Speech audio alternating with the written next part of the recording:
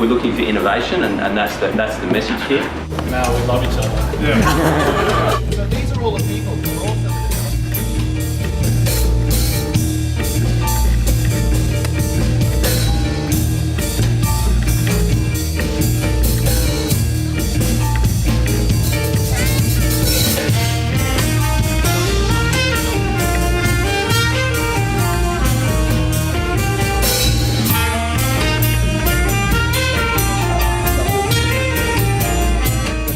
Sydney's population is going to grow over the next 20 years and we'll need to accommodate more people. To be able to rent in the inner city and the inner west has become so out of reach for the normal uni student like myself.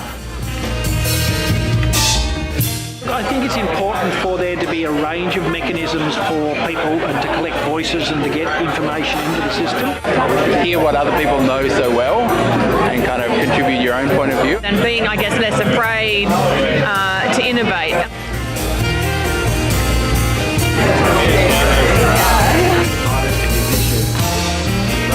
What they thought was next. Is that all you spoke about? Because it seems like you're writing.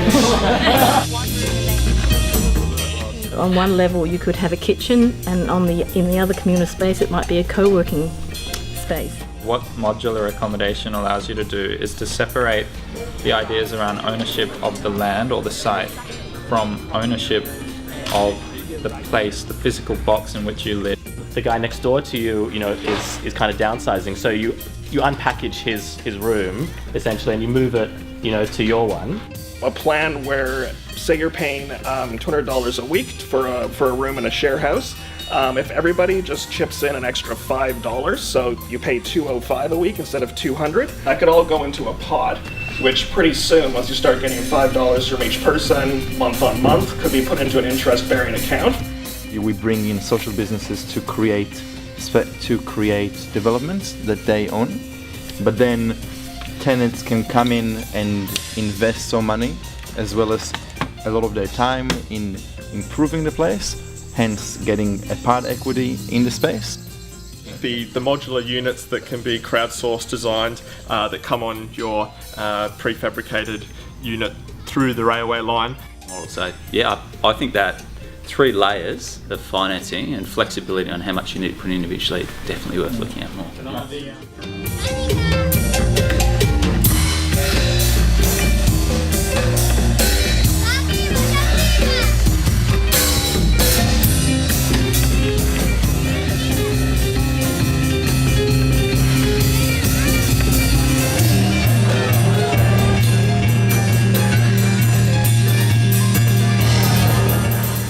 In a fast and rapid way, we generated amazing feedback, constructive feedback through doing, and I think that is so valuable and something that we can really learn from.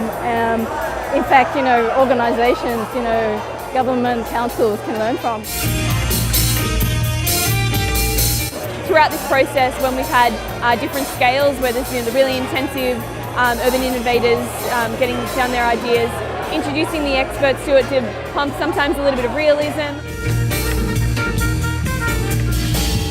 The opportunity for young people, people involved in industry, decision makers to get into a room and have an open conversation about how we shift to a more socially equitable building model for housing is just it's a real privilege to be involved in the conversation.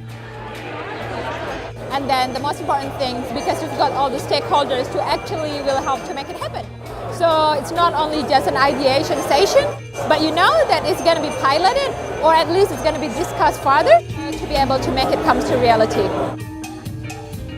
I think the best ideas are those that evolve, and I think the idea of a platform means that ideas are able to sit there, to be